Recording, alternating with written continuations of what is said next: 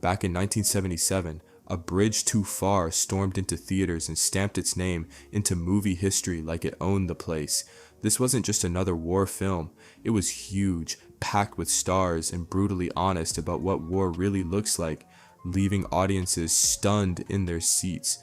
But off camera, things were just as intense, maybe even crazier than what made it onto the screen. Today we're stepping into that world, and it's not your typical story. Most people have no idea about the 21 strange and eye-opening facts hiding behind this legendary film, and there's even one bonus at the end that might be the wildest of them all. From shocking casting choices to real connections with actual battlefield events, this story goes way deeper than expected, so get comfortable because this ride gets serious. This is $21 channel, and tonight, history hits different. Number 1, let's start with something eerie, the title that basically called the disaster before it even happened. Before Operation Market Garden kicked off in September 1944, British Lieutenant General Frederick Browning reportedly checked out the plan and told Field Marshal Montgomery, "I think we may be going a bridge too far." Just like that, no drama, no shouting, just a calm warning that hit harder than anyone realized. That one line didn't just fade away, it ended up predicting one of the Allies' worst defeats. Later, it became the title of Cornelius Ryan's best-selling book, and eventually the film itself. What makes it so chilling is how casually it was said, like nobody fully grasped the weight of it in that moment, and that's what makes it stick. Some historians still argue about whether Browning actually said those exact words, but it almost doesn't matter at this point. That line hit so hard and matched the disaster so perfectly that it became locked into the story forever. Fact or legend, those 6 words ended up defining an entire chapter of the war, and people still repeat them like it's undeniable truth. Number 2, now let's talk about something just as wild. This cast was seriously on another level. Producer Joseph E. Levine didn't just put together a war movie, he stacked the lineup like it was the biggest event in Hollywood history. We're talking Sean Connery, Robert Redford, Anthony Hopkins, Michael Caine, Gene Hackman, James Caan, Laurence Olivier, Liv Ullmann, Ryan O'Neal, Dirk Bogarde, Elliot Gould, and Edward Fox, all in one film. That's not normal, that's insane. And here's the twist, this level of star power didn't come with massive paychecks like you'd expect. Levine reportedly offered each major actor a flat fee of around $250,000, which was surprisingly low for stars of that level in the late 70s, but nobody backed out. The script, the director, and the real-life weight of the story pulled them in anyway, and they signed on without hesitation. It's one of those rare films where the poster alone could pack a theater without anyone even seeing a trailer. Just the names lined up were enough to pull crowds in fast. People knew this was going to be something serious. Number 3. Now here's a part that hits different. The man behind the story never got to see it come alive. Cornelius Ryan spent years digging deep into Operation Market Garden, tracking down and interviewing hundreds of veterans from both sides just to get every detail right for his 1974 book. This wasn't light work, he gave everything to it, his time, his money, and his strength. While writing, Ryan was diagnosed with prostate cancer, and things only got worse as time went on. Even with his health fading, he kept pushing to finish the book, refusing to stop. He passed away on November 23, 1974, 3 years before the film ever reached theaters. Not a single frame, not one scene. He never got to see what his work turned into. Producer Joseph E. Levine had already secured the film rights while Ryan was still alive, so Ryan knew the movie was on the way, but time wasn't on his side. That's what makes this film feel deeper. It's not just about the soldiers of Market Garden, it also stands as a quiet tribute to the man who made sure their story didn't disappear. Number 4. Now here's something even more intense. Dirk Bogarde's connection wasn't just acting, it was personal. He played Lieutenant General Frederick Browning, but his real-life experience went way beyond the script. Bogarde actually served as an officer in the British Army during World War II, and he was among the first Allied soldiers to enter the Bergen-Belsen concentration camp during its liberation in 1945. That's not something you can fake. That kind of history stays with you. The things Dirk Bogarde saw during the war never left him. They stayed with him for life. So when he took the role in A Bridge Too Far, it wasn't just another job or a paycheck. It was like stepping straight back into a part of his own past that he could never fully escape. People on set noticed it right away. There was something different about him. The intensity he brought wasn't something you could fake or learn from a script. For Bogarde, this wasn't acting at all. It was remembering, and that energy showed up in every scene he touched. Number 5. Now here's something most viewers never catch. The bridge at the center of the story wasn't even the real one.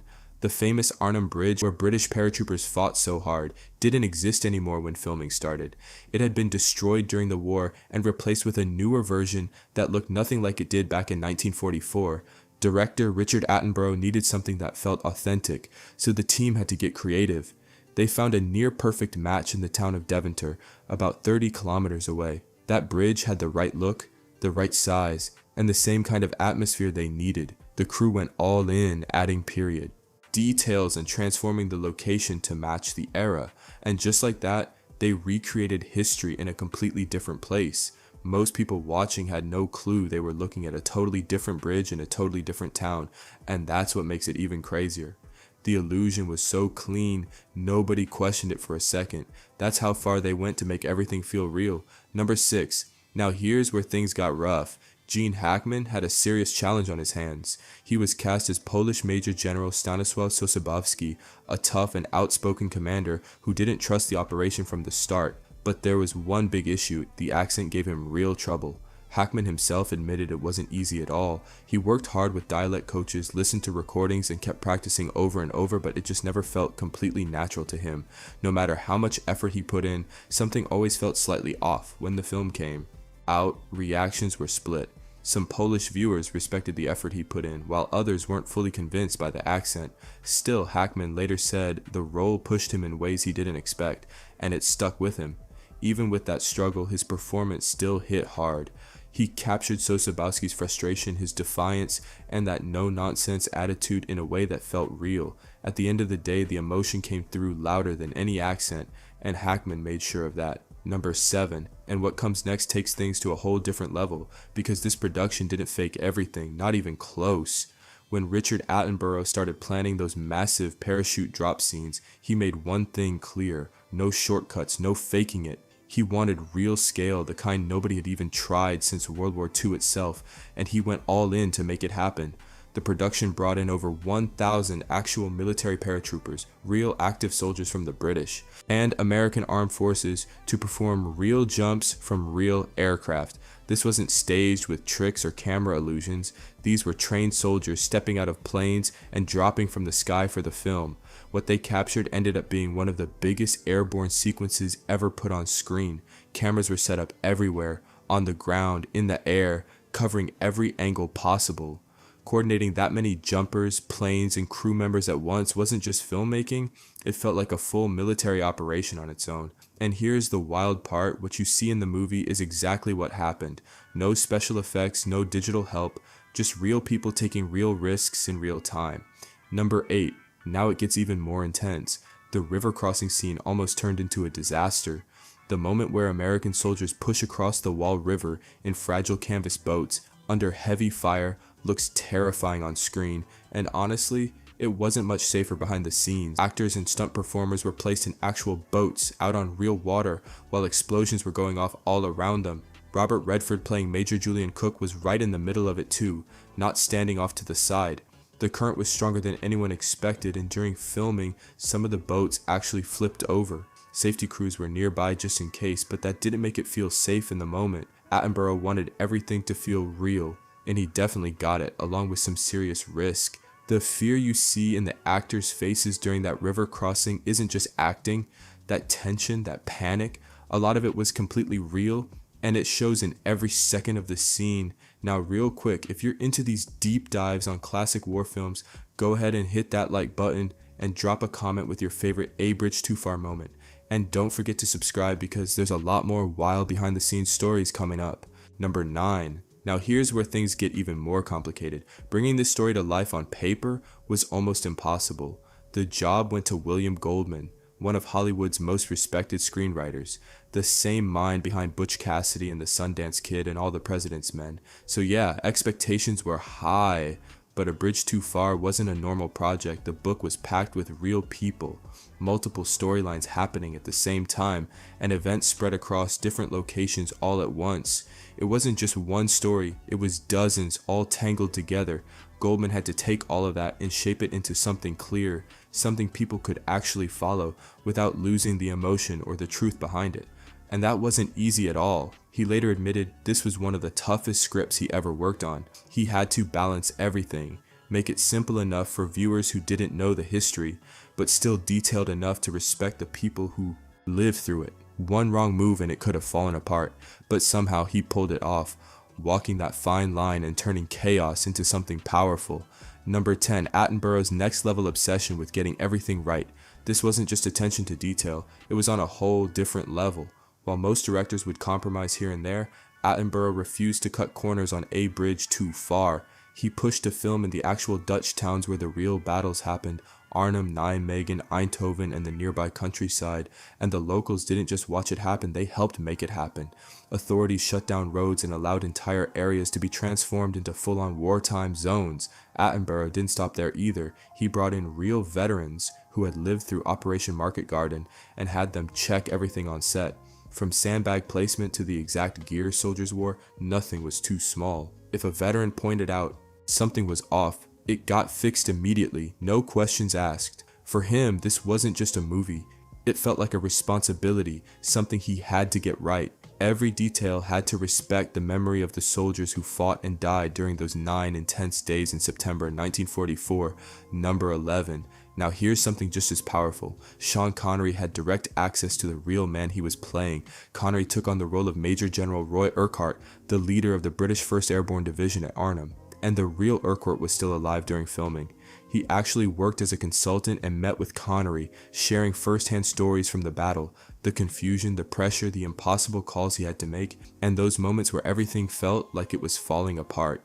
Connery didn't take those meetings lightly, not at all. He listened closely, picking up on how Urquhart carried himself, how he stayed calm even when everything around him was falling apart. That steady, controlled energy became a key part of his performance, and you can feel it in every scene he's in. Urquhart was known for keeping his composure under pressure, even when the situation looked completely hopeless. Connery locked into that mindset and delivered it with a quiet authority that stood out without needing big dramatic moments. It's rare to see an actor actually sit down with the real person they're portraying, and that connection gave his performance a level of authenticity most films just don't reach. And if you've seen our breakdown on Kelly's heroes, then you already know we like to dig into these kinds of stories. So which one stuck with you more? The offbeat, dark humor of Kelly's heroes, or the heavy emotional weight of A Bridge Too Far? Drop your pick in the comments. Number 12. Now here's something that really adds another layer. Laurence Olivier's presence on this film was powerful, but also fragile. By the time production started, he was dealing with serious health issues, including a muscle disorder called dermatomyositis, along with other complications that drained his energy. He played Dr. Sponder, a Dutch physician caught right in the middle of the chaos. It wasn't a huge role, but every moment he was on screen carried weight. Even while struggling with his health, Olivier brought a calm, dignified presence that you couldn't ignore. The cast and crew knew what he was dealing with, and they treated him with deep respect. Schedules were adjusted just to make things easier for him, making sure he could still be part of the film without pushing too far, and that level of care says a lot about the impact he had on everyone around him. His presence alone lifted the entire film to another level. Even surrounded by huge stars, having Laurence Olivier on screen made everything feel more serious, more important. It reminded everyone, cast, crew, and the audience that this wasn't just entertainment, this story carried real weight and history behind it. Number 13, now here's a connection that runs deep. Michael Caine's role hit close to home in a very real way. He played Lieutenant Colonel Joe Vandeleur, leading a tank column of the Irish Guards pushing forward through that tight, dangerous corridor toward Arnhem. Get moving, get moving. That urgency wasn't just acting, it felt real. Caine's personal link to World War II made it even more powerful. His father served in the British Army fighting in Normandy and other major battles, and as a kid growing up in London during the Blitz, Caine actually lived through the bombings, the noise, the fear, all of it stayed with him. So when he took on this role, it wasn't just another performance, it was something personal, a way to represent and honor a generation that shaped his early life. He brought a smooth confidence and dry humor to Vandeleur, balancing calm control with moments of pressure, and that mix made his character stand out in a big way. Number 14. Now here's one of the most powerful choices in the entire production. Many of the extras weren't actors at all. Attenborough cast real Dutch civilians for the crowd scenes, people from the exact towns where the events actually happened. Some of them had lived through Operation Market Garden as children, so when you see crowds waving, cheering, and welcoming Allied soldiers on screen, those reactions aren't just for show, they're real emotions coming back to the surface. That energy, that history, it all shows up in those moments, and it makes the scenes hit so much harder. These weren't trained extras just pretending to feel something. They were people reliving one of the most defining moments of their lives. That kind of raw emotion can't be faked, and it showed in every frame. Several cast members later said witnessing those reactions up close was powerful beyond words. When you understand that, it changes the way you watch the film completely. The line between acting and real memory starts to blur, and suddenly those scenes don't feel staged at all. They feel lived in, and that hits different. Number 15. Now here's a massive detail that puts the scale into perspective. A Bridge Too Far was one of the most expensive war films of its time. When production wrapped, the budget came in at around $25 million in 1977, which was a huge amount back then. To really understand how big that is, look at this. Star Wars, which also released in 1977, cost about $11 million. This film more than doubled that. The money went into everything, an enormous cast, real military equipment, location shooting across the Netherlands, and massive battle scenes that took serious coordination. Producer Joseph E. Levine even put a large amount of his own money into the project, betting big on its international appeal. That's a risky move, but he believed in the story and its global reach, and in the end, that gamble paid off in a big way. The film did especially well in Europe, with strong audiences in both the United Kingdom and the Netherlands. While it didn't explode at the American box office the same way, its impact overseas showed just how powerful and respected this film really became. Number 16. Edward Fox stepping in and stealing the spotlight with one powerful speech. Fox played Lieutenant General Brian Horrocks, the commander of XXX Corps, the man leading the ground advance, and he brought a level of control that instantly commands attention. One of the most unforgettable moments in the entire film comes from Fox's briefing scene before the attack kicks off. It's basically a monologue, but the way he delivers it with sharp, aristocratic precision turns it into something electric. The room feels tense, like everyone is holding their breath, waiting for what comes next. What makes this even more impressive is how Fox prepared for the role. He studied real footage and recordings of the actual Horrocks, a man known for his ability to motivate troops with clarity and confidence under pressure. Fox didn't just mimic him, he captured the energy, the sharp wit, and that steady awareness of how serious the situation really was. That mix of confidence and tension is what makes the scene hit so hard. Many fans still point to that briefing as the best moment in the entire film because it sets the tone in such a powerful, no-nonsense way. And stay tuned, because the bonus fact at the end brings together the music, the battles, and a personal connection that's going to catch you off guard. Number 17, Ryan O'Neal stepping into controversy with a role that had people talking. He was cast as Brigadier General James Gavin, the young, sharp-minded commander of the 82nd Airborne Division, and not everyone was on board with that decision at first. See, O'Neal was known for romantic roles. Movies like Love Story shaped his image, so seeing him in a heavy war film raised a lot of eyebrows. Critics wondered if he could handle the weight, the pressure, and the seriousness that comes with a role like this, but O'Neal didn't just sit back and hope for the best. He pushed himself hard. He dove into the military details, studied the role, and worked on his physical presence to bring Gavin to life. He wanted to prove that he belonged there, and he put in the work to try and make that happen. The reaction was mixed, sure, but that was always part of the plan. Levine and Attenborough didn't just want safe choices, they wanted big names across every role, even if it meant taking risks with casting. And for a lot of viewers, especially those who grew up watching the film, O'Neal's version of Gavin ended up becoming the one they remembered the most. Over time, that performance carved out its own place in the story. Now shifting gears, number 18, James Caan, bringing a different kind of power with quiet intensity. Caan played Staff, Sergeant Eddie Dohun, and even though his screen time was shorter, his impact was huge. He already had serious star power thanks to The Godfather, but here he delivered something raw and emotional. In one unforgettable scene, his character risks everything to save a wounded comrade, and the way Caan plays it hits hard. There's no overacting, no extra drama, just a grounded, real sense of urgency and sacrifice. That quiet heroism stands out, and it's one of those moments that stays with you long after the scene ends. What really stood out about Caan's approach was how he refused to overplay the moment. He didn't want it to look heroic in some polished Hollywood way. He wanted it raw, tense, and completely human. That choice changed everything about how the scene feels on screen.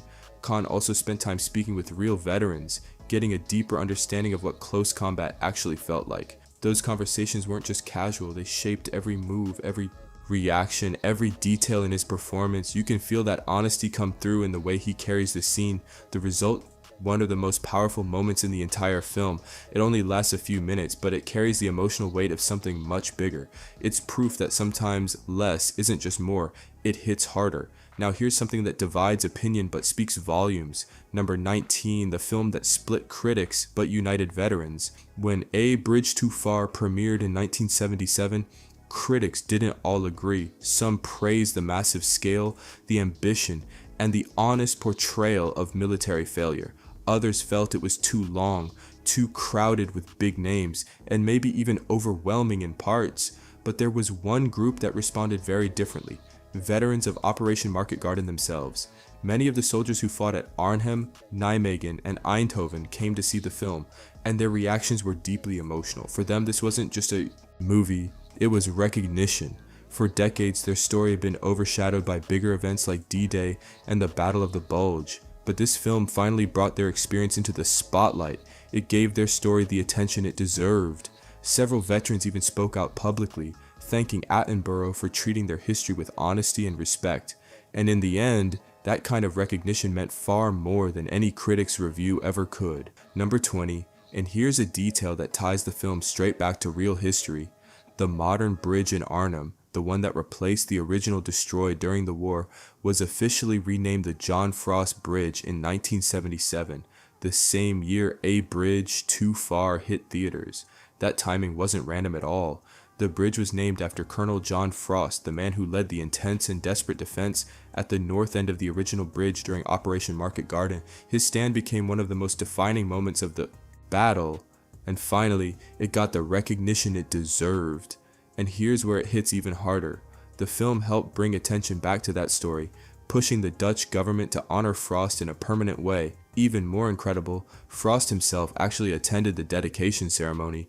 Think about that for a second. A man fights for survival at that exact location in 1944, and 33 years later, he's standing on a new bridge built in the same place, now carrying his name. That kind of connection is unreal. It's not just a movie moment, that's history coming full circle in the real world. Now, number 21, the bonus fact. The composer who was actually there in a different way. The film's score was created by John Addison, a respected British composer with a long career in cinema. But what makes this even more interesting is how his music ties into everything we've seen so far. During World War II, John Addison didn't just study history, he lived it. He served as a lieutenant in the British Army, and his unit was part of XX Corps, the very same ground force that pushed through that dangerous corridor toward Arnhem. This wasn't something he imagined or researched from a distance. He was there in the middle of it all. He heard the artillery fire, saw the failed advance unfold, and felt the weight of that mission firsthand. The frustration, the tension, the loss, he experienced it up close. So when he sat down to compose the score for A Bridge Too Far, he wasn't just writing music, he was channeling his own memories. Every note carries that personal history, and that's why the score feels so different from a typical war film soundtrack.